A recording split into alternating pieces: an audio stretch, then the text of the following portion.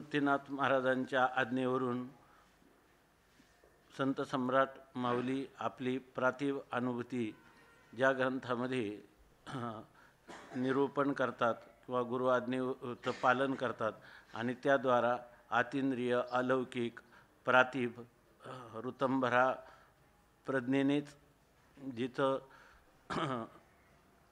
आकलन होतं अशा प्रकारची ही अनुभूती या ज्या ग्रंथात सांगतात तो अमृतानुभव ग्रंथ त्यामधील श्लोक पंचक नंतर शिवशक्ती समावेशन सद्गुरु वंदना ही 2 प्रकरणं पूर्ण झाल्यानंतर आता 3रं प्रकरण ज्याच्यामध्ये अविद्येचं यथार्थत्व आणि वाचारुणाचा परिहार कथन केलेला आहे अशा प्रकारचं हे प्रकरण आपण चिंतन करण्याला प्रवृत्त झालो।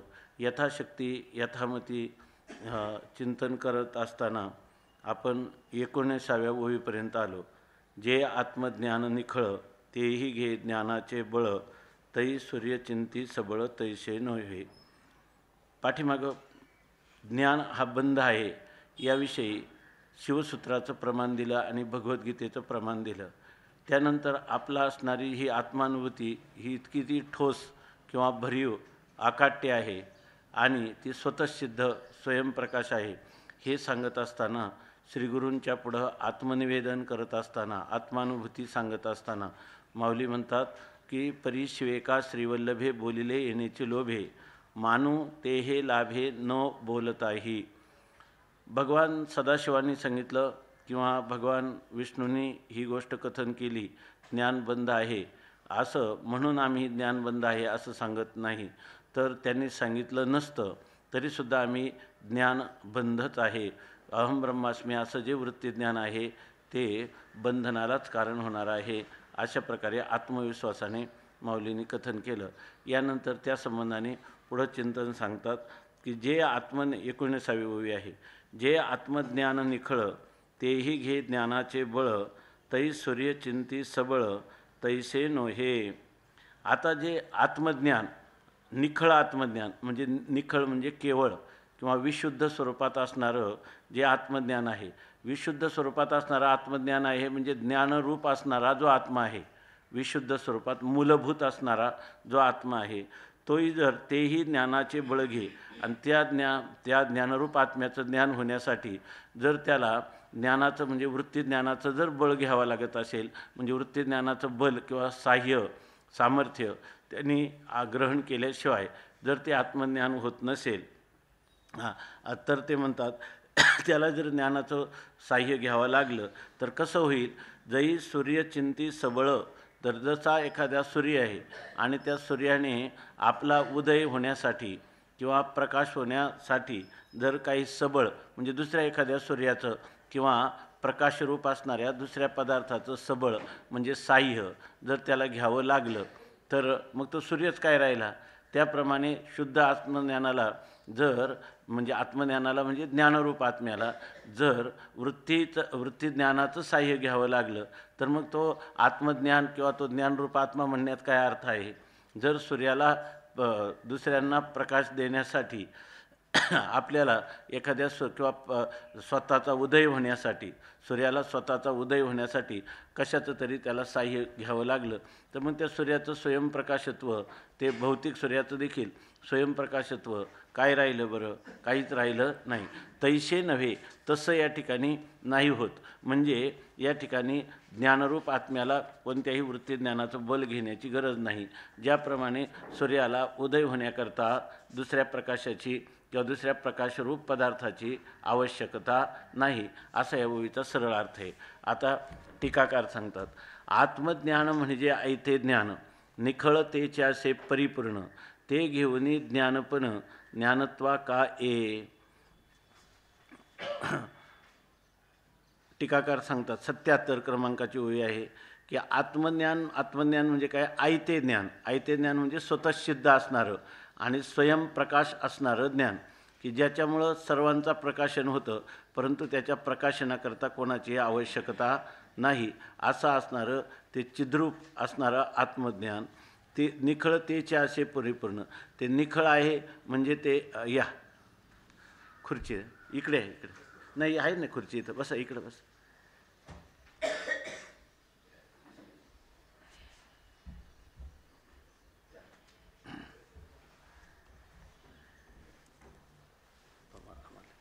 स्वपरनिर्वाह स्वयंप्रकाश.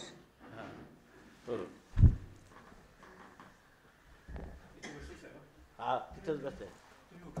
आम्ही फक्त दर्शन करतो. नाही, आम्ही तुमचं घेतलं त्यात आलंय. नाही नाही. एत भेदू काही देखीजे तरी व्यभिचारतो.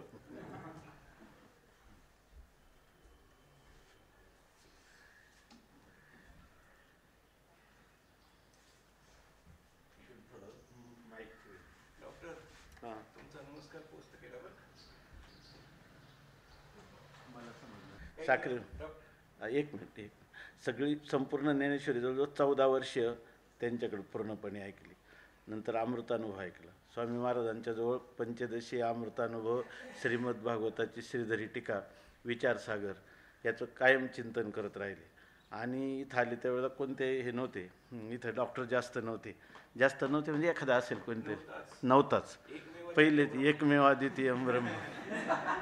आणि इथं आल्यानंतर मग काही दिवस प्रॅक्टिस खूप चांगली होती, पण त्याच्याकडे त्यांनी पूर्ण दुर्लक्ष केलं आणि पूर्ण वेदांताच्या चिंतनाचं राहिलं. सगळं आयुष्यच त्याच्यात घालवलं आणि शिवाय कुठं प्रसिद्धीच्या झोतात नाही आली. त्यांचं इतकं व्याख्यान सुंदर आहे आणि भाषेवर एवढं प्रभुत्व आहे. इंग्लिश मिडियमचे ते विद्यार्थी, मराठी भाषेवर केवळ ज्ञानेश्वरीमुळे त्यांनी एवढं प्रभुत्व मिळवलं की त्यांच्यासारखं व्याख्यान मराठी भाषेतून शिवाय एकही इंग्लिश शब्द न येता इतकं सुंदर प्रमाणाने करायचे. पण त्यांनी काही कुठं त्याचे हे केले नाही. आपल्या मुलीच्या घरी फक्त एकदा भागवत सांगितलं ना, हां, बाकी काही केलं नाही कुठं.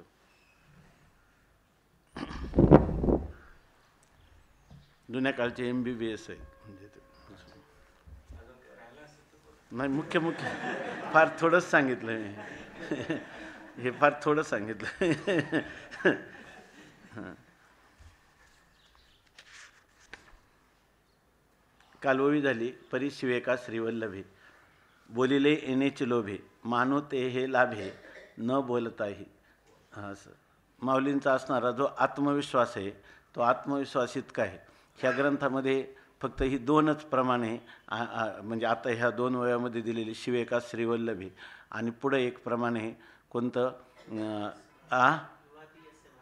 हा विभाती यस्य भाषा सर्वमिदम हा ऐसा श्रुती काय वायसा ढेकर देते, अशी 2च प्रमाणे आहे. पण ती दोन्ही प्रमाणं अत्यंत महत्त्वाची. परंतु जर कोणी म्हणेल की उत्तम अधिकाऱ्याला या ठिकाणी फक्त सांगितलं की कानावचनाची भेटी असा बोध होतो आणि हा ग्रंथ अनुभूती सांगणार आहे, याचा अर्थ प्रमाण विचार याच्यामध्ये नाही किंवा उपपत्ती नाही. परंतु काय आहे की मुळात ही जी स्वसंवेद्य अनुभूती आहे ही वेद प्रमाणित अपौरुषेय वेदानेच प्रमाणित आहे. त्यामुळं जरी अनुभूती असेल तर श्रुतिमतास तर्कोनुसंधीयताम, श्रुतीला अनुकूल असाच तर्क करावा लागतो. त्यामुळं प्रमाणे आपली अनुभूतीसुद्धा श्रुती, युक्ती आणि अनुभूती यांचं सामंजस्य स्वीकारूनच हा निस्संदेह बोध होतो. म्हणून या ठिकाणी सहजच ओघामध्ये ही 2 प्रमाणं आली असा त्याचा अर्थ.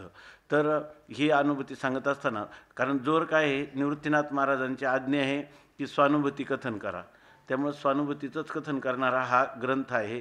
परंतु तुम्हाला असं वाटेल की मध्येच प्रमाण विचार आला, तर प्रमाण विचार जरी आला तरी आत्मानुभूतीचं असणारं भरीवपणा, आपल्या भाषेत ठोसपणा, त्याचं ओतप्रोत असणारा निरतिशय व्यापक अनुभव, तो अनुभव सांगताना माऊली सांगतात, समजा गीतेमध्ये भगवान परमात्म्याने सांगितलं नसतं किंवा शिवसूत्रामध्ये भगवान सदाशिवांनी सांगितलं नसतं तरी माझी ही अनुभूती जशीच्या तशीच ह्याच शब्दात सांगितली असते की ज्ञानम बंधः, ज्ञान हा वृत्तीज्ञान हा एक प्रकारचा बंधच आहे, अशा प्रकाराने सांगितलं. आता यानंतर सांगतात की हे जे 19वी ओवी, जे आत्मज्ञान निखळ तेही घे ज्ञानाचे बळ, तै सूर्यचिंती सबळ तैसे नव्हे.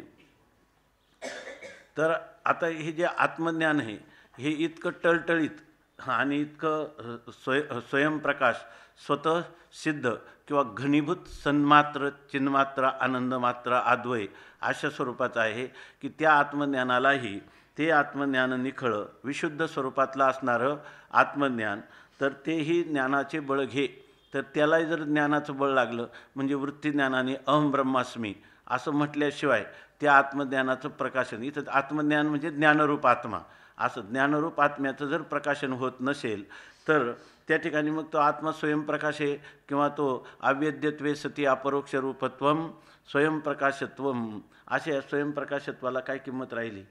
म्हणजे याचा अर्थ आपल्या स्वरूपभूत ज्ञानाला कोणत्याही प्रकारच्या वृत्ती ज्ञानाचं बळ किंवा साह्य घेण्याची आवश्यकता नाही.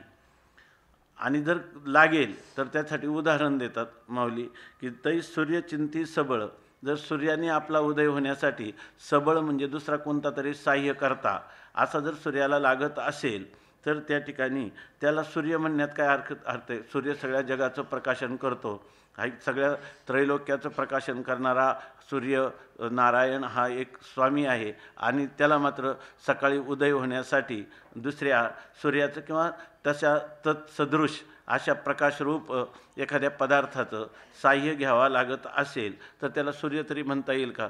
तसा आत्मज्ञानाला जर दुसऱ्या ज्ञानाचं बळ लागत असेल तर त्याला आत्मज्ञान किंवा त्याला स्वरूपभूत ज्ञानरूप आत्मा, घनीभूत ज्ञान म्हणजेच आत्मा असं त्याला म्हणण्याची काय आवश्यकता आहे असं सांगितलं. याच्यावर नित्यानंद एक दीपिका नावाची टीका आहे आणि त्या टीकेच्या आधाराने आपण चिंतन करतो. तर ते आहे शिवकल्याण स्वामींची, की जे ज्ञानोबारायांच्या परंपरेतले साधू आहेत. त्यांचे वडील आणि गुरु हे दोन्ही एकच आहेत. त्या परंपरेनं मुक्ताईची परंपरा म्हणून ती परंपरा सांगितली जाते. तर त्याच्यामध्ये हे जे नित्यानंद ऐक्य दीपिकेचे टीकाकार कोण शिवकल्याण स्वामी ते आता ह्या ओळीवर सांगतात. आत्मज्ञान म्हणजे ऐते ज्ञान, निखळतेचे असे परिपूर्ण, ते घेऊनी ज्ञानपण ज्ञानत्वा काय ये. तर आत्मज्ञान म्हणजे काय? आत्मज्ञान ह्या शब्दाचा अर्थ ऐते ज्ञान. ऐते ज्ञान म्हणजे स्वतःच सिद्ध असणारं ज्ञान, की ज्या ज्ञानाला दुसऱ्या कोणत्याही ज्ञानाची किंवा टिकू असण्याची गरज नाही असं असणारं स्वतःसिद्ध ज्ञान. आणि निखळतेचे असे परिपूर्ण, ते निखळ आहे म्हणजे ते निरुपाधिक आहे, निर्विशेष आहे तेच ज्ञान, आणि निरुपाधिक आहे केवळ असणारं ते ज्ञान. आणि ते ज्ञान केवळ असणारं ज्ञान ते कसं आहे? परिपूर्ण आहे. त्या ज्ञानामध्ये देश काल वस्तू कोणीही परिच्छेद करीत नाही किंवा त्याच्यामध्ये कोणत्याही प्रकारे स्वगत सजातीय विजातीय इत्यादी भेद निर्माण होत नाही. असं ते अपरिच्छिन्न व्यापक असणारं परिपूर्ण आहे. म्हणजे त्याच्यावर हे जगत उत्पन्न झालं, जगत उत्पन्न होऊन त्याच्यावर राहिलं किंवा त्या जगताचा लय झाला तरी ह्या होणाऱ्या कार्यरूप माया कार्यरूप पदार्थामुळं त्याच्यामध्ये यत्किंचितसुद्धा कोणत्याही प्रकारचा विकार निर्माण होत नाही किंवा त्या कार्याचं असणारं कारण जी माया, ती माया कितीही अघटित घटना पटीयशी असली आणि तिच्यामुळं मायेचं कार्य कितीही प्रतीतीला आलं तरी त्याची सत्ता फक्त प्रतीती मात्र असते. ते प्रातिभाषिक सत्तावान असणारे पदार्थ त्या पदार्थाच्या गुणदोषांनी ते यत्किंचितही अनुमात्रमापी न संबद्धते तत्कृतेन गुणेन वापी, त्याच्यामध्ये असणारे गुण किंवा दोष यांचा कोणताही परिणाम त्याच्यामध्ये होत नाही. आणि ते अफूट अद्वैत स्वरूप असलेलं जे आत्मतत्व आहे त्याच्यामध्ये कोणताही विकार होत नाही, त्याची असंगता कशानेही बाधित होत नाही. म्हणून उपनिषदातल्या शांती मंत्रामध्ये जे सांगितलं की ओम पूर्णमदः पूर्णमिदं पूर्णात् पूर्णमुदच्यते पूर्णस्य पूर्णमादाय पूर्णमेवावशिष्यते, असं हे आयतं किंवा स्वतःसिद्ध असणारं आत्मतत्व आहे, ते परिपूर्ण आहे. आणि ते घेऊनी ज्ञानपण ज्ञानत्वा काय, आणि त्यांनी ज्ञानपण घेतलं. ज्ञानस्वरूप असणाऱ्या आत्म्याने आपल्याकडं ज्ञानत्वाला येण्यासाठी दुसऱ्या एखाद्या ज्ञानाचं साह्य घेतलं. असं ते का बरं तिथं होईल? अर्थात कधीच होणं शक्य नाही. ह्या ठिकाणी ज्ञानत्वा काय, ज्ञानत्वा येईल का, का ते ज्ञानत्वाला येईल का असा आक्षेपार्थाने विचारतात. तर अर्थात मूलभूत ज्ञानाचा स्वरूप असणारा किंवा वृत्तीज्ञानाचंही प्रकाशक असणारं ते ज्ञान, त्या ज्ञानाला वृत्तीज्ञानाने त्याचं प्रकाशन करावं अशा प्रकारचं, आणि मगच त्याला ज्ञानत्व प्राप्त होईल. अशा ज्ञानत्वाला ते स्वरूपभूत ज्ञान त्या ज्ञानत्व दशेला येईल का येणं शक्य नाही. ते अन्यथा कहीच नाही मात हां इथे एक चांगला शब्द वापरलाय, स्वपरनिर्वाह.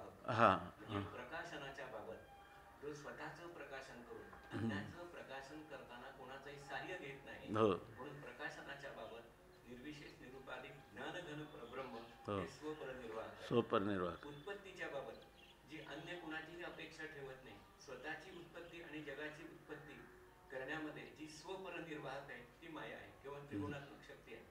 आणि तिसरी गोष्ट सांगितली, श्री गुरूंनी उपदेशलेल्या तत्वमसी महावाक्याच्या द्वारा सत्शिष्याच्या अंतःकरणात निर्माण झालेली जी अहम ब्रह्मास्पेक्तकारक वृत्ती माहीत ती स्वपरनिर्वाहक आहे. म्हणजे अन्याची निवृत्ती करून तीही निवृत्त होते, ज्ञाने मोक्षू होय ती निमाले. परवा पुण्यात शंकराचार्य आले होते गोवर्धन पीठाचे, तर त्यांना हाच प्रश्न विचारला होता. तर त्यांना सांगितलं की वृत्तीचं स्वपरनिर्वाहकत्व का म्हणतो आपण, तर त्याचं काय स्वरूप आहे. तर त्यांनी असं सांगितलं की तुमचं, आम्ही नंतरही त्याचा विचार केला होता, स्वपरनिर्वाहकत्व हा जो शब्द आहे तर वृत्तीच्या बाबतीमध्ये हा वेदांतातला पारिभाषिक शब्द नाही म्हटले, आणि जर समजा तुम्ही योजत असाल तर तो शब्द चुकीचा आहे.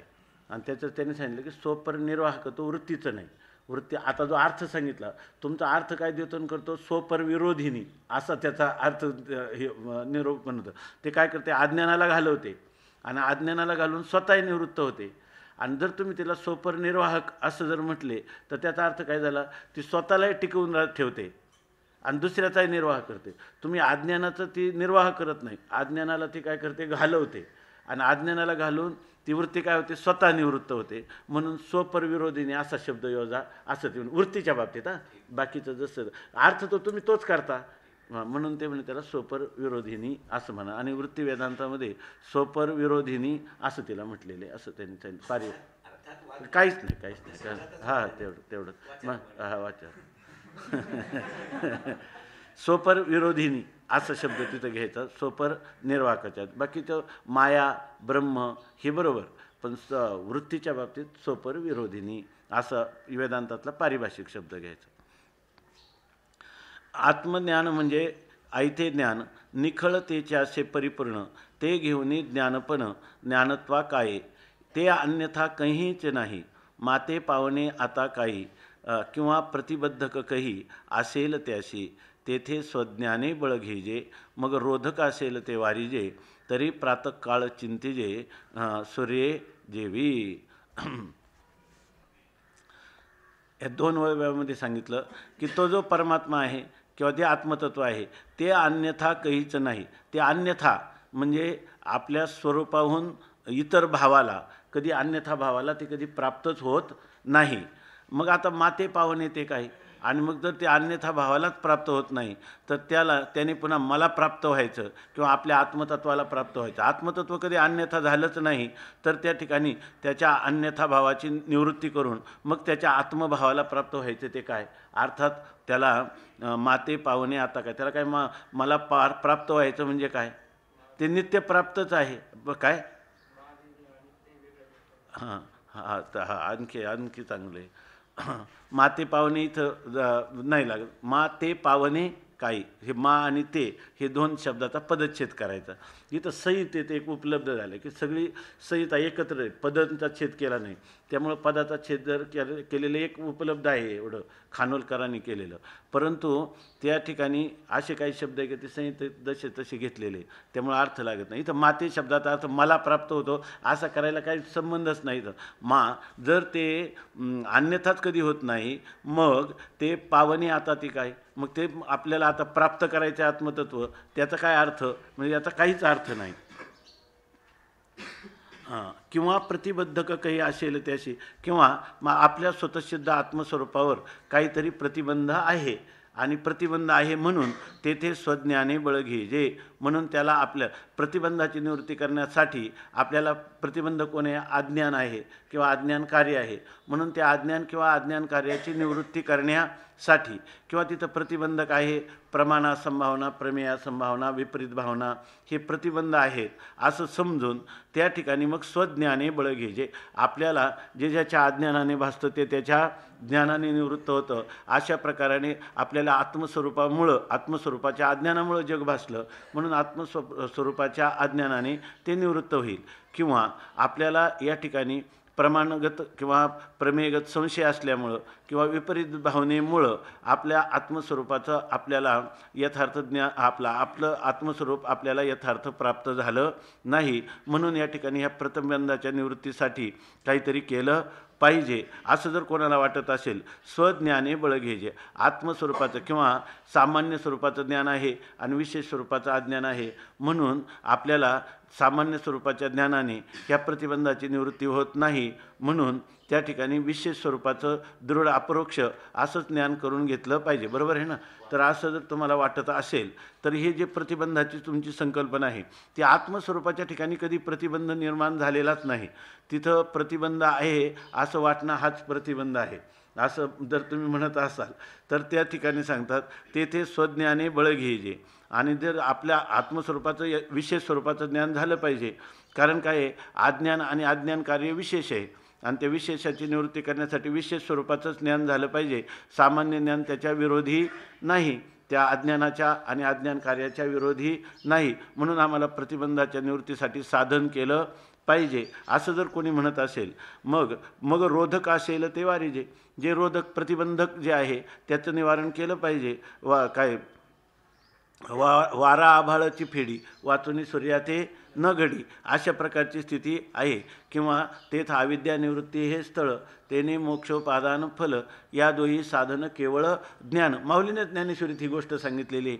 त्यामुळे तुम्ही म्हणाल की अशा प्रकारची स्थिती अविद्या निवृत्ती फलदर्शनात या ठिकाणी आगवीची शास्त्रे अविद्या विनाशाची पात्रे वाचोनी न होती स्वतंत्रे आत्मबोधी असं तुम्ही म्हणत असाल. पण इथं माऊली सांगतात हे ज्ञानेश्वरी नाही, अमृतानुभव आहे. ते तर स्वज्ञाने बळ घ्यायचे. जर तुम्हाला आत्मज्ञानाचं बळ घ्यावं लागलं असेल तर मग रोधक असेल ते वारीजे आणि जे प्रतिबंधक असेल त्याचं निवारण करायचं. तरी प्रातःकाळ चिंतेजे सूर्यजीवी. मग अशी स्थिती झाली की सूर्याने काय केलं की मला आता माझा उदय व्हायचा आहे, प्रकाश रूपाने मला प्रकाशित व्हायला पाहिजे. पण आता वाट कशाची पाहावं लागेल? प्रातःकाळाची वाट पाहावं लागेल. जेव्हा सूर्योदय होईल त्यावेळेला तो सूर्योदयाच्या अगोदर ते कोणता काळ त्यानं अरुणोदय होईल आणि मग मला त्या ठिकाणी प्रकाश होईल. असा जर सूर्य वाट पाहायला लागला तर आपण म्हणू की सूर्याला वेळच लागलं आहे की नाही? सूर्याला वेळ लागल्यासारखं झालं. त्याला कशाची काळाची गरज? प्रातःकाळी सूर्याचा उदय होत नाही, सूर्योदय झाला की त्याला प्रातःकाळ म्हणतात आहे की नाही? आणि ज्या वेळेला तुमच्या ठिकाणी दिवस आणि रात्र असा कोणताही व्यवहार नाही त्यावेळेलाही सूर्य स्वतः प्रकाशाने प्रकाशितच आहे. अशी स्थिती असताना आत्मज्ञानाने पुन्हा दुसऱ्या ज्ञानाचे साह्य करणं बरं साह्य करण्याची तर आवश्यकता नाही. पण ते म्हणे इथं बाकीचं काही नाही, फक्त या ठिकाणी अविद्या निवृत्तीसाठी तरी ज्ञान पाहिजे ना. त्या ठिकाणी वृत्ती ज्ञानात वाचून तुम्हाला आत्मस्वरूपावर असणाऱ्या आवरणाचा जरी अज्ञान आवरणाचा भंग करण्यासाठी तरी वृत्ती ज्ञानाची आवश्यकता आहे ना.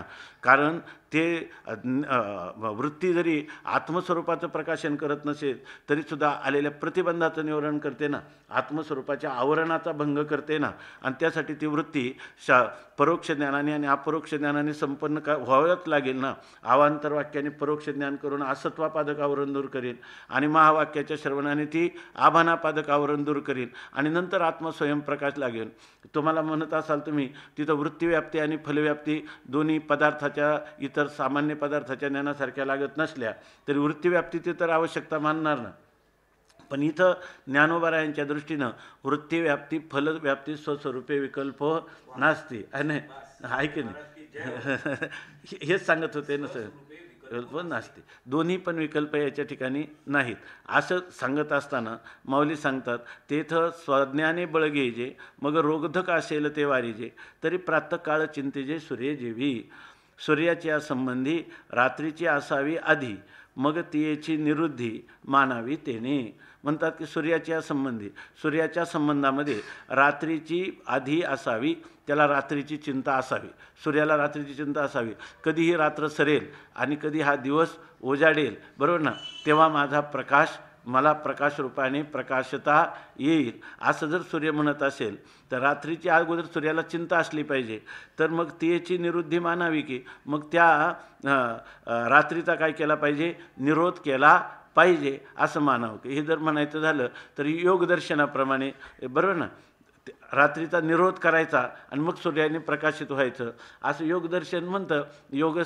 तू चित्तवृत्ती निरोधा, चित्तवृत्तीचा निरोध करायचा आणि मग आत्मस्वरूपाचं प्रकाशन होईल. की एक वृत्ती निघून गेली, दुसरी वृत्ती आली नाही, मध्ये असणारा जो वृत्ती संधिकाल, त्याच्यामध्ये जो प्रकाश आहे तो आत्म्याचाच प्रकाश आहे असं तरी तुम्हाला जाणावं लागेल ना. तर ते म्हणतात जाणावं लागलं असतं, पण आत्म्याच्या ठिकाणी अज्ञानाची चिंता असती तर अज्ञानाची निवृत्ती करण्याचा प्रश्न होता. त्या सूर्याला विचारायला गेलं तर त्याला रात्र पण माहीत नाही आणि तत्सापेक्ष दिवस पण माहीत नाही. फक्त त्याला एवढं जरी विचारलं स्वामींच्या भाषेत, तुला तमारी हा डगरो आलाचे का, ते पण मला माहीत नाही, आहे की नाही. तुला अंधकाराचा शत्रू असं तर म्हणतात की नाही, तो अंधकारही माहीत नाही मग आणि दिवसही माहीत नाही, मग मला तमारी म्हणतात हे सुद्धा माहीत नाही. अशा प्रकारची जर ती स्थिती असेल तर मग म्हणतात तिथं याची गरज काय आहे. मग रात्रीचे निराकरण करुणी सूर्यपण मिरवे तेही ज्ञानपण ज्ञानाशी नसावे. निराकरण असं झालं, तिथं निराकरण पाहिजे.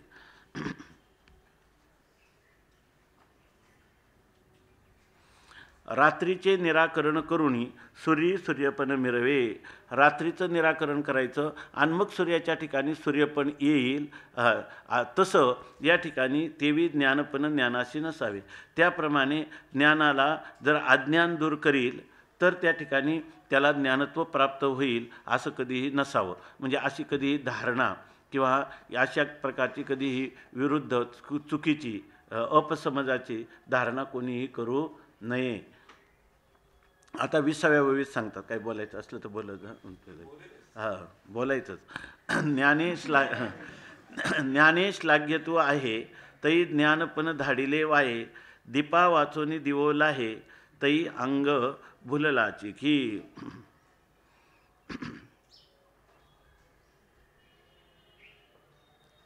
ज्ञाने श्लाघ्यत्व आहे, ज्ञानाची श्लाघा करतो, म्हणजे ज्ञानाचं महत्त्व त्याच्या अंतःकरणामध्ये आहे. ज्ञानाची स्तुती करतो की ज्ञान हे फार आवश्यकच आहे. तो काय सांगतो, मुक्तीर्न भवती जन्मशतेन, काय कृते गंगा सागर गमनम व्रतपरिपालनम अथवा दानम ज्ञानविहीनम सर्वमनेन मुक्तीर्न भवती जन्मशतेन.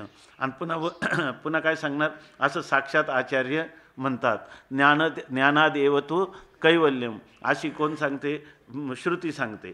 किंवा त्यागेन एके अमृतत्वम अणुषुः, अशा प्रकारच्या अनेक श्रुतीप्रमाणे सांगतो आणि ज्ञानाचं कौतुक करतो की ज्ञाने श्लाघ्यत्व आहे, ज्ञानाची श्लाघा करतो. ज्ञान म्हणजे कोणतं, अहम ब्रह्मास्मी ही जी वृत्ती आहे त्या वृत्त्यात्मक असणारं जे ज्ञान, आणि ते ज्ञान कोणतं, संशय विपर्यय रहित असणारं ज्ञान. त्या ज्ञानात कोणत्याही प्रकारचे, नंतर ते परोक्ष नाही, अदृढ अपरोक्ष नाही, ते दृढ अपरोक्ष आहे. यत साक्षात अपरोक्षात ब्रह्म ही जी श्रुती आहे त्या श्रुतीवचनाविषयी अंतकरणात कोणत्याही संशयाला स्थान नाही. प्रमाणगत संशय नाही, प्रमेयगत संशय नाही आणि विपरीत निश्चय नाही. अशा प्रकारचं असणारा यथार्थ जे ज्ञान आहे ते ज्ञानसुद्धा त्याच्याबद्दल जर श्लाघा वाटत असेल, त्याची स्तुती करत असेल, त्याला मोठेपणा किंवा त्याला गरिमा देत असेल तर ते ज्ञानपण धाडिले वाहे. त्यांनी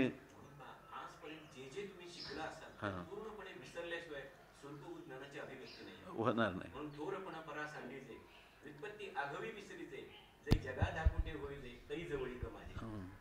थोडं हातात घे. नाही अहो होतं ना, सगळ्यांना ऐकू नाही येत, हे सगळ्यांना ऐकू येतं. मग नाही पण ते आपण म्हणून त्या स्वभावाचं स्वागत आहे ते. उलट ते सगळ्यांना कळतं, सगळ्यांना ते ऐकू येतं ना, सगळ्यांना ऐकू येतं का सगळ्यांना तसं बोललं तर नाही. हां, म्हणून ते थोडंसं राहू दे. नाही माझ्या आईने माझ्या घशामध्ये मुळा कोंबला होता.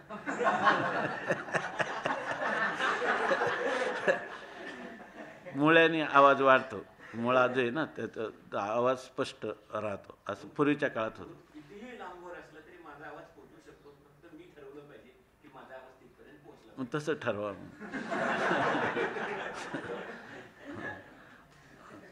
तर मी विक्षेप आणला का हो? नाही, नाहीतर बाबा आपला हा विक्षेप नाही, हा विक्षेप नाही. उलट हे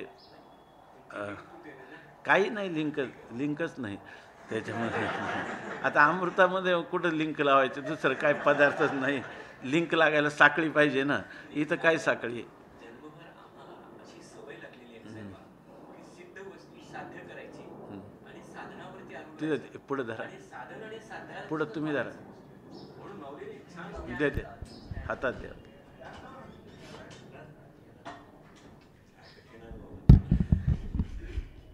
आमची 12वी करणार का तुम्ही? आता काही सुचेच ना बोलायचं. सिद्ध वस्तूला साध्य. जी वस्तू स्वतः सिद्ध आहे आणि ती जेव्हा अप्राप्यवत होते कोणत्याही कारणानं म्हणा, तेव्हा तिच्या प्राप्तीचा व्यवहार घडतो. पण जेव्हा सिद्ध वस्तू सिद्धच आहे ती साध्य करून एखाद्या साधनावरती आरूढ होऊन त्या साधनाला जर सत्यत्व दिलं तर माऊली म्हणते अमापा माप का सुवावे, अव्यक्ता व्यक्त का मानावे, सिद्ध असता का निमावे साधनवेरी. म्हणून सिद्ध वस्तूचा अनुवाद म्हणजे ज्ञानदेवी आहे, म्हणजे अमृतानुभव आहे आत्ताचा. म्हणून स्वस्वरूपा व्यतिरिक्त दुसऱ्या वस्तूचा त्रैकालिक अत्यंत अभाव आहे. ते काल नव्हतं, आज नाही आणि उद्या नाही, टळटळीत हाची यया. हा प्रतिपादनाचा विषय आहे आणि तो माऊलींनी स्वतःशी केलेला संवाद आहे, तो आत्मसंवाद आहे. समोर कोणीतरी शिष्य बसला आहे, श्रोता बसला आहे, वक्ता बसला आहे आणि त्याला काही समजून सांगायचं आहे वा एखादा सिद्धांत सिद्ध करायचा आहे, ही माऊलीची भूमिका अमृत अनुभवात मुळीच नाही. मग कशासाठी केला? जी आवडची गोष्ट असते, परमप्रीतीचा विषय असतो, पुन्हा पुन्हा घोळू घोळू आवडे म्हणून या. आता हे बंद करा की नाही ते माझा गळा दाबल्यासारखं होत आहे. नाही, जेव्हा ते वाटेल तेव्हा ठीक बोलायचं. ठीक.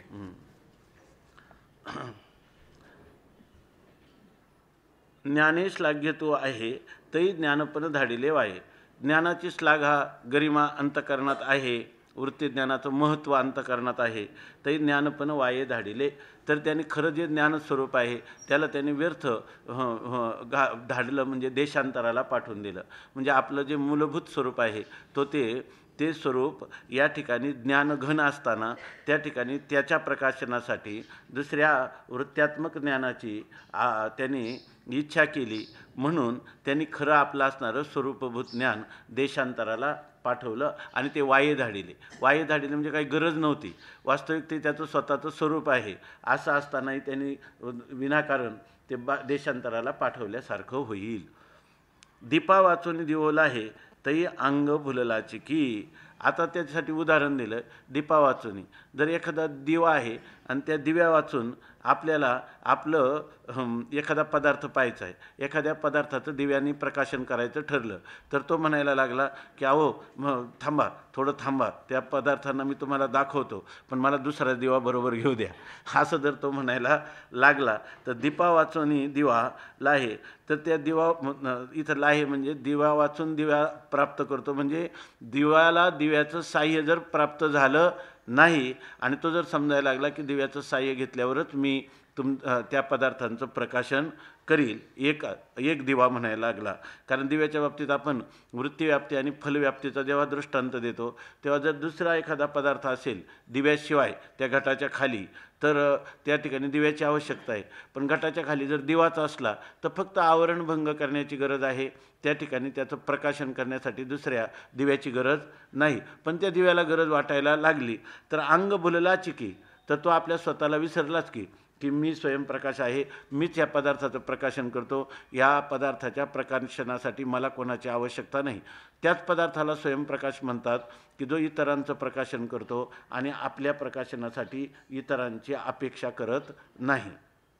म्हणून आता टीकाकार सांगतात, निरंतर जे चिद्रूप तेचे आपुले स्वरूप, कालत्रयी विक्षेप नव्हे त्यासी. निरंतर असणारं म्हणजे त्रिकालाबाधित असणारं जे चिद्रूप, जे ज्ञानस्वरूपता, तेचे आपले स्वरूप, ते जे चिद्रूप असणारं ज्ञान, ते बाहेर वेगळं आपल्यावर नसून तेच आपलं स्वरूप आहे. निरंतर म्हणजे अविनाशी ज्ञानघन, अशा प्रकारचं त्याला म्हणायचं निरंतर चिद्रूप. आणि तेचे आपले स्वरूप, तेच जर आपलं स्वरूप आहे आणि त्या स्वरूपाच्या ठिकाणी कालत्रयी विक्षेप नव्हे त्याशी, कोणत्याही कालामध्ये त्याचा विक्षेप झाला नाही, म्हणजे त्याच्या ज्ञानरूपतेला अन्यथा रूप कधीच प्राप्त झालेलं नाही. ते जसं आहे तसं, तुका म्हणे साहे आणि देव आहे तैसा आहे, अशा प्रकारचं ते स्वरूप आहे. जे जो की त्यो, या ठिकाणी तैसा दाविला नाही तरी हाची ययाच्या ठाई, ना दाविला तरीही हाची यया, असं त्याचं स्वरूप आहे. दुसरी एक ओवी आहे, काही करी कल्पी बोले कल्पी, न करी न बोले न कल्पी, हे दोन्हीही तुझ्या स्वरूपी न घेती उमसू, अशा प्रकारचं असणारं त्याचं स्वरूप. त्या ठिकाणी कालत्रयी, त्याचा विक्षेप म्हणजे विशेषेने क्षिप्यते, त्याचं स्वरूप बाहेर टाकलं गेलं म्हणजे त्याची ज्ञानरूपता भंग झाली, असं कधीच झालेलं नाही. जे निरंतर ज्ञानघन, ज्ञानाज्ञान भावविहीन, ते ज्ञानत्व घेऊन श्लाघेल काही. जे स्वतः निरंतर ज्ञानघन आहे, म्हणजे ज्ञानघन आहे म्हणजे सद्गन आहे. ज्ञानघन घ्या, सद्गन घ्या, चिदगन घ्या, आनंदगन घ्या, सगळाचा अर्थ काय आहे? एकच.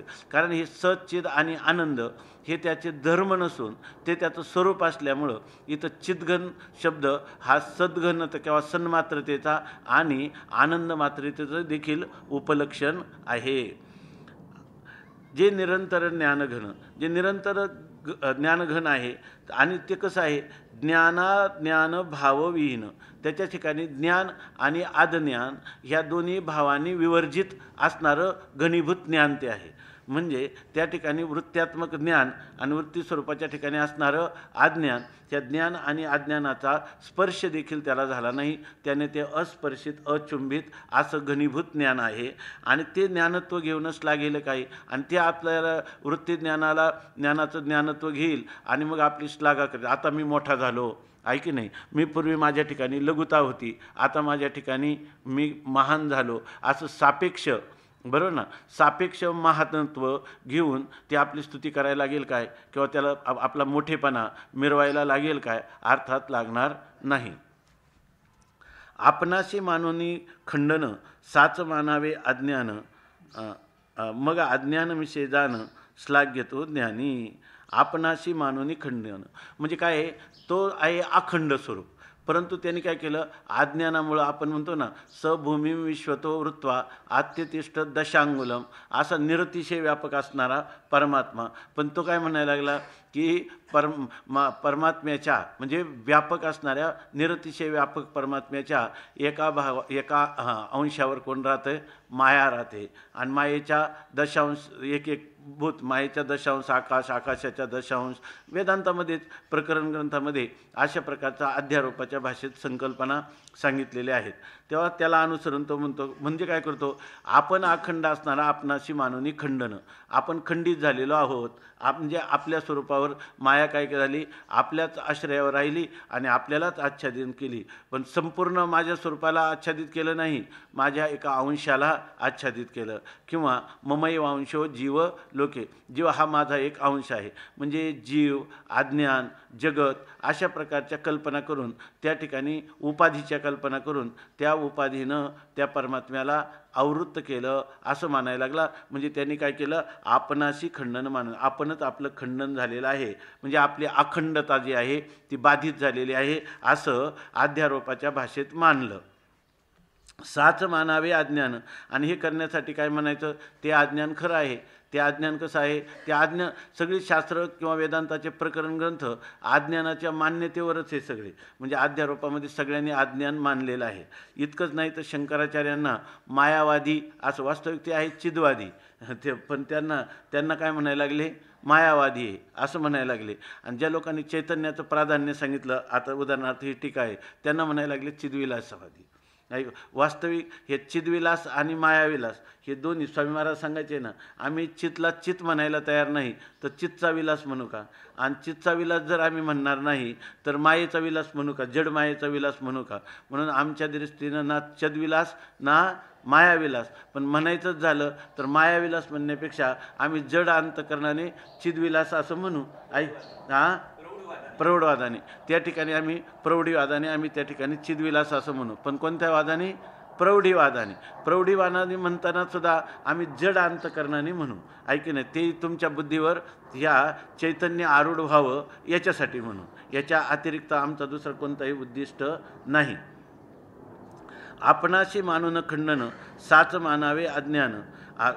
आपल्याला आपलं खंडन झालं म्हणजे आत्मस्वरूपाला त्या अज्ञानाने आवृत्त केलं, अनावृत्त असणाऱ्या आत्म्याला आवृत्त केलं, याचाच अर्थ आपलं त्यांनी काय केलं, खंडन केलं. असं अज्ञान साच मानावे, असं जे अज्ञान आहे ते सत्य आहे असं जर मानलं तरी मग अज्ञानविषयी जाणं श्लाघ्य तो ज्ञानी. आणि मग हे अज्ञान आहे ना, त्या अज्ञानाचं आम्ही काय केलं, निवारण केलं. आम्ही श्रीगुरूंना शरण गेलो तद्विधी प्रणिपातेनं, आणि नंतर गुरूंनी आम्हाला तत्वमसी महावाक्याचा उपदेश केला आणि त्या आत्मबोधाने आम्ही आता संपन्न झालो. आणि त्या आत्मबोधाने काय झालं, ज्या अज्ञानामुळं आम्हाला हे सर्व जगत भासत होतं त्या अज्ञानाचा नाश ह्या आमच्या ज्ञानाने झाला.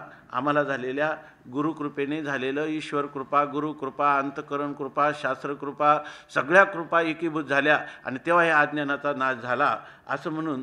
त्याच्यामुळे ही काही सामान्य गोष्ट नाही, आमच्या जीवनात हे फार अपूर्व घडलं. धन्योहम धन्योहम आता अज्ञानम क्वचित पलायितम मे, माझं अज्ञान आता पूर्णपणे पळून गेलं. अशा प्रकारे अहो शास्त्रम अहो शास्त्रम अहो गुरु अशा प्रकारची त्याची जी श्लाघा, ही श्लाघाच आहे ना, अशा प्रकारची जर श्लाघा झाली तर ती श्लाघा म्हणजे काय, अज्ञानविषयी जाण ज्ञान श्लाघ्यतो. त्या अज्ञानाच्या निमित्तानेच तो काय करत असतो, आपली श्लाघा करत असतो. वास्तविक आपलं जे मूळ स्वरूप आहे, बरोबर ना, ते मूळ स्वरूप जे आहे त्या स्वरूपाला विसरून ही चाललेली श्लाघा किंवा स्तुती किंवा ह्या मोठेपणाचं मिरवणं आहे, याच्या अतिरिक्त दुसरं काही नाही. एवं ज्ञाने, यालाच म्हणायचं की ज्ञानाचा स्पुंज, याला म्हणायचं ज्ञानाचं स्फुरण किंवा ज्ञानाचा अभिनिवेश असं याला म्हणता येईल. तर म्हणतात एवं ज्ञाने श्लाघावे तरी जाणतची नेणे होय. हां याचा अर्थ खरं हे त्या आत्मस्वरूपाच्या ठिकाणी ते स्फुरण कधी होतच नाही. त्याच्या ठिकाणी माया कार्य हे आहे असं सांगतो आपण, तर त्याच्या वेळेला आहे सांगत असतानाच त्या अद्वैत मकरंदामध्ये लिहिलं न स्फुरंतेत्यर्थ, खऱ्या अर्थाने यांचं स्फुरणच होत नाही. स्फुरद्रूप एकच आत्मतत्व आहे, त्याच्या ठिकाणी दुसरा स्फुरण करणारा किंवा स्फुरण पावणारा दुसरा कोणताही पदार्थ नाही. आणि असेल तो त्याच्या उसण्या प्रकाशावर आहे. मग अज्ञानाविषयी जाणं श्लाघ्यतो ज्ञानी. अज्ञानाच्या निमित्तानेच हा काय करतो, हा ज्ञानी जो आहे तो त्यांनी ज्ञानी होऊ नये, त्यांनी काय व्हावं, ज्ञानस्वरूप असावं. म्हणून ते अखंडानंद स्वामी म्हणतात, जर तुम्हाला कोणी विचारलं तुम्हाला ब्रह्मज्ञान झालं आहे का, आणि तुम्ही जर म्हटलं की ब्रह्मज्ञान झालं, याचा अर्थ ब्रह्माचं ज्ञान झालं. दुसरी गोष्ट, ब्रह्माचं ज्ञान झालं म्हणजे अगोदर ब्रह्माचं अज्ञान होतं, नंतर त्या ब्रह्माचं तुम्हाला ज्ञान झालं. म्हणजे ज्ञानरूप ब्रह्माच्या ठिकाणी ब्रह्मज्ञान असा व्यवहार होत नाही. त्याच्याऐवजी काय म्हणायचं, गुरुकृपेने मी ब्रह्म आहे. त्यांनी विचारलं तुम्हाला ब्रह्मज्ञान झालं का, तर मला ब्रह्मज्ञान झालं म्हणणंच काय होतं, अज्ञानाचं सिद्धी करतं. म्हणून त्याला असं नाही म्हणायचं मी ब्रह्म आहे, मी ब्रह्म आहे. म्हणजे ह्या उत्तरामध्ये नाही तो विचारतो म्हणून. तुम्हाला ब्रह्मज्ञान झालं हा जर विचारत असेल तर त्याला उत्तर काय देणार तुम्ही, मौन हे उत्तर, आणि तर त्याचं समाधान होणार नाही. मी काढून टाकला तर ब्रह्माचं काय तुम्ही करणार. हां बरं, हां हां हे रूप पाहिजे आपले आपणाची. अहो, ही मी उभी पणे दा- मी ही पणे ऐका विन ना, मी ही- पणे विन एक मिनिट, तुम्ही बोलताना मी बोलत नव्हतो. आता मी तर मी पणे विन असं आपण जेव्हा म्हणतो ना जे दारलं तर मीपणाचा अध्यारोप केल्यावरच मीपणा झाला ना. मीपणा विना मीपणा अगोदर स्वीकारला तेव्हा मीपणा विना सांगता आला. म्हणून त्यांनी काय केलं, म्हणून त्याचं उत्तर काय द्यावं, अहम ब्रह्मास्मी, मी ब्रह्म आहे हे उत्तर द्यावं. म्हणजे ते असं उत्तर प्रश्नोत्तर व्हावं हे सांगण्यात तात्पर्य नाही, पण मला ब्रह्मज्ञान हे चुकीचं आहे.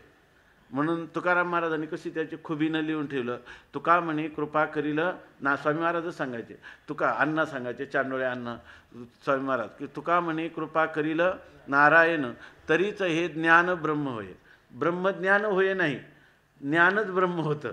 म्हणजे जर खरी भगवंताची कृपा झाली तर ब्रह्मज्ञान होत नाही, ज्ञानच ब्रह्म होतं. ज्ञानच ब्रह्म होतं म्हणजे ज्ञानच ब्रह्म आहे असं कळतं. की जे प्रकाश्य विण प्रकाश आहे, हां. ज्ञातृज्ञा विहीन आहे. आणि ज्ञातृज्ञान आणि ज्ञेय या भावास आला तरी त्याची स्वरूपस्थिती किंचितही ढळत नाही.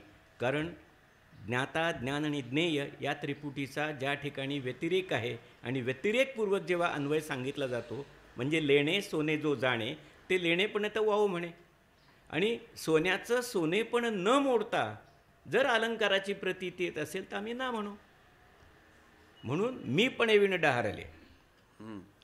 कारण मी हा जो ना हाच माणसाला मातीत घालतो पा. म्हणून अहम ब्रह्मास्मी, मी आहे, अहम अस्मी.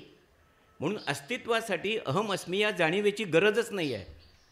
जैसा का जो निरंजनी निदेला म्हटलं आहे, त्याला स्वतःची जाणीव नाही, दुसरा त्याला कोणी पाहत नाही. म्हणून असंवेद्यता म्हणजेच अमृतानुभव आहे. म्हणून एक छान वाक्य आठवलं म्हणून सांगतो. अद्वैत तत्त्वज्ञानाचं निरूपण करत असताना ईश्वराच्या विषयी, मी मुद्दाम म्हणतोय ईश्वराच्या विषयी आणि निषिद्ध कर्माच्या विषयी सत्यत्व बुद्धी असेल तर त्याने अद्वैत तत्त्वज्ञानाला हरताळ फासल्यासारखे आहे. पटलं तो हो म्हणा, तर द्या का सोडून. बरं, का पटायला काय आहेच आहे ना. हां, आहेत ना. स्वामी महाराजां ते ह्याच्यात आहे ना, स्वामींच्या बोलमध्ये हेच असंच आहे ना. याचा अर्थ त्याने विहित कर्माचा हे याचा करावा. अर्थ त्यांनी ते करत असलेल्या निषिद्ध कर्माच्या समर्थनासाठी वापरलेलं नाही. नाही, हे लक्षात घेऊन त्या वाक्याचा म्हणून मोठा विचार पंचरसिकारांनी म्हटलंय, जर तत्वज्ञानी पुरुष विषयासक्त होईल तर डुकरामध्ये आणि त्याच्यामध्ये काय फरक आहे म्हणाले. तुम्ही वंदनीय होणं गरजेचं आहे, आदरणीय होणं. मला वंदनीय व्हायचं आहे म्हणून नाही आहे, मला आदरणीय व्हायचं आहे म्हणून नव्हे. पण I am not a satisfied pig. I may say that I am a dissatisfied Socrates and I am Socrates itself. मराठीतून सांगा. मला कुठे येतं इंग्रजीचं मराठी करता. मी सांगतो मी मराठी. डॉक्टर मी खोटं सांगत नाही. मी आळंदीत जेव्हा आलो ना, तेव्हा आधी माझ्या डोक्यात इंग्रजी वाक्य तयार व्हायचे आणि मग मला माझ्या पेशंटशी मराठी बोलावं लागायचं. जेव्हा माझे इंग्लिश ट्यून होतो तिकडे मला मराठी यायला लागतं. म्हणून ज्ञानेश्वर महाराजांनी माझ्यावरती कृपा किंवा अकृपा केली, काय केली, ही मराठीचे नगरी ब्रह्मविद्येचा सुकाळू करी.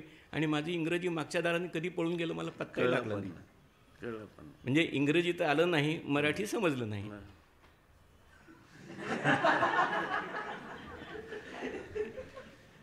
स्वामी महाराज आहे ना, इंग्लिश मीडियममधूनच त्यावेळेला इंग्रजांच्या काळात विषय होते हे भूगोल, गणित वगैरे. मराठी विषय सोडून सगळे विषय त्यांनी इंग्लिशमधून शिकले होते मुंबईला.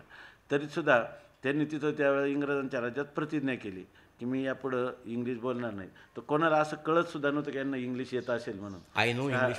तर नाही, मागून ते नो म्हणजे NO नो, KNOW नो नाही. तर ते पाठीमागून आहे ना. मग ते त्यांनी ती प्रतिज्ञा केली आणि ती प्रतिज्ञा फार पूर्वी केली की ती 1946ला का कधी. आणि पुन्हा इंग्लिश शब्दच मी काढणार नाही. त्यामुळे मग त्यांनी बराच वर्ष असे गेले आणि नंतर मग ते विनोदाने बोलायला लागले. मग फार विसर पडला होता तरी इंग्लिश बोलत होते. त्यांना चांगल्या प्रकाराने ते सगळं 11वीपर्यंत सगळं इंग्लिश मिडियममधूनच शिकले होते त्या काळामध्ये. परंतु त्यांनी पुन्हा कधीच उच्चारण केलं नाही. पण त्यांना ते कळत होतं सगळं इंग्लिश. ते जसं जोग महाराज म्हणले ना, आय नो लिटल इंग्लिश, तसं त्यांना ते कळत होतं सगळं कोणत्याही प्रकाराने केलं तर. काय एक जाणल्यानंतर सगळं जाणल्यासारखं होतं म्हणून म्हणायचं त्यांना इंग्रजी येत होतं. त्यांना काही इंग्रजी येत नव्हतं. नाही असं कसं मग त्यांना- अरे, मी त्यांनी त्यांच्या त्याचा सगळं- आप माहिती आहे ना, डॉक्टर साहेब, माहिती मी आहे, त्यांच्या माहिती आहे, हां. परंतु त्यांनी भूगोल सुद्धा इंग्लिशमधून शिकले होते, ते इतिहास सुद्धा इंग्लिशमधून शिकले होते, पण त्यांनी जी प्रतिज्ञा केली त्या प्रतिज्ञेमुळे त्यांना काहीच राहिलं नाही आणि त्या प्रतिज्ञेमुळे इंग्लिश भाषेत जर ते तुम्हाला माहिती आहे काय म्हणायचे ते कोणी जास्त इंग्लिश बोललं वगैरे तर काय म्हणत होते ते सांगा ना. हं, तर मग आम्ही त्याचा वापरत नाही ते अतिशय शिव्याच्या भाषेमध्ये बोलत ते होते. काही जरी बोलत असले तरी आता मी आळंदीत राहतो ना, माझी एकच इच्छा आहे तुम्हाला सांगतो, मराठीमध्ये जेवढं मला तत्त्वज्ञान समजलं आहे की ज्या अंशात मी तत्त्वदर्शीनं झालेलो आहे ते जसंच्या तसं मला इंग्रजीत मांडायचं आहे आणि मग मरायचं आहे. फार चांगली गोष्ट आहे, फार चांगली गोष्ट आहे. डॉक्टर खरंच सांगतो मी तुम्हाला, कारण आळंदीमध्ये बाहेरची कोणी माणसं येतात ना नॉन महाराष्ट्रीयन, त्यांना फार मोठी पंचायत पडते. आणि मराठीत आपण कितीही त्यांना मराठी जाणणाऱ्या माणसाला मराठी समजत नाही, न जाणणाऱ्याला कसं समजेल. म्हणून मला एवढं मोठं तत्त्वज्ञान आहे आपलं की त्याच्यामध्ये जर इंग्लिश मनुष्य आला किंवा दुसऱ्या भाषा जाणणारा आला आणि त्या भाषेत आपण जर कारण काय हे ज्ञान आहे ना मातृभाषेत जसं मराठी माणसाला मराठीत असल्यामुळं लवकर कळतं तसं त्यांना त्यांच्या मातृभाषेत किंवा आता ही जी जागतिक भाषा झालेली इंग्लिश तर त्या भाषेमध्ये त्याला जर कळलं तर हे आपल्या ज्ञानाचा प्रचार होईल ना. आता ह्या वयामध्ये यांना ती काही म्हणजे एक उर्मी आहे किंवा इंग्लिशमधून हे झालं पाहिजे. उर्मी म्हणजे I loved English like anything. जसं आता मी म्हणतो मी ज्ञानेश्वरी पितो, मी ज्ञानेश्वरी खातो, तसं मी इंग्रजी पित असे, इंग्रजी खात असे. मी जर कॉलेजमध्ये इंग्रजीमध्ये बोलायला तर भोवताली 10-15 माणसं सहज ऐकायला नुसती बोलायची. ते म्हणायचे आमच्या कानाला मुंगळे लागतात डॉक्टर तुमचं इंग्लिश ऐकताना. म्हणजे माझ्या ओरलसुद्धा अनेकांनी अशा मुद्दाम, मी आत्मस्तुती म्हणून सांगत नाही डॉक्टर, ही वस्तुस्थिती आहे ना, आहे ना. ते इंग्लिशमधून होणं फार आवश्यक आहे. त्यामुळे आपला संप्रदाय इतका व्यापक तत्त्वज्ञान असून देखील बाहेर त्याचा प्रचार प्रसार नाही, म्हणून असे करणं आवश्यकच आहे. आता तो तामिळनाडूचा मनुष्य आला आहे, तो केवळ त्या ज्ञानेश्वरीवरच भाळलेला आहे ना, पण त्याला काय त्याच्या भाषेत मिळायला पाहिजे. तो बिचारा एवढं सगळं सोडून इथं आला, परंतु त्याला मिळायला पाहिजे. आता हे चांगले इंजिनियर आहेत आणि स्वामी महाराजांचं वाक्य असायचं की आंग्ल विभूषित जो हां, आहे ते भ्रष्ट आहेत. हां, त्यांचं वाक्य असायचं आता आंग्ल मराठी जाणणारे विद्या भ्रष्ट नाहीत काय आणि भ्रमिष्ट नाहीत काय. आणि तुम्ही आम्ही भ्रमिष्ट आणि भ्रष्ट नसतो म्हणजे आपल्या डोक्यात भ्रम नसता आणि आचरणात भ्रष्टता नसती तर ज्ञानेश्वर महाराजांना ज्ञानेश्वरी लिहिण्याचे प्रयास पडले नसते. हां, बरोबर. काही विचित्र आहे का?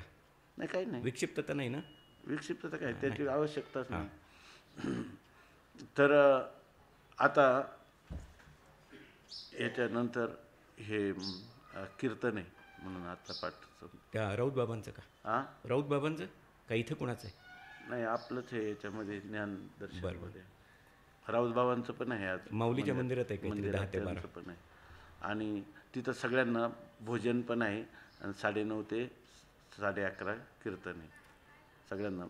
ज्ञानदर्शन धर्मशाळेमध्ये अमळनेरकर महाराजांची पुण्यतिथी आहे त्याच्यामध्ये या. बरं डॉक्टर साहेब, एक विनंती, माझ्या लहरीप्रमाणे मी येईन, फक्त मी बोलणार नाही काही आणि हा स्पीकर माझ्यासमोर ठेवायचा नाही.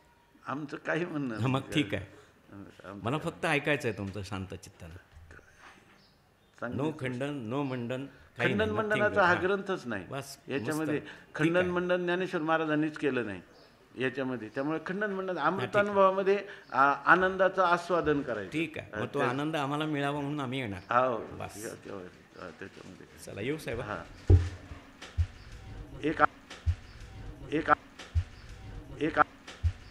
एक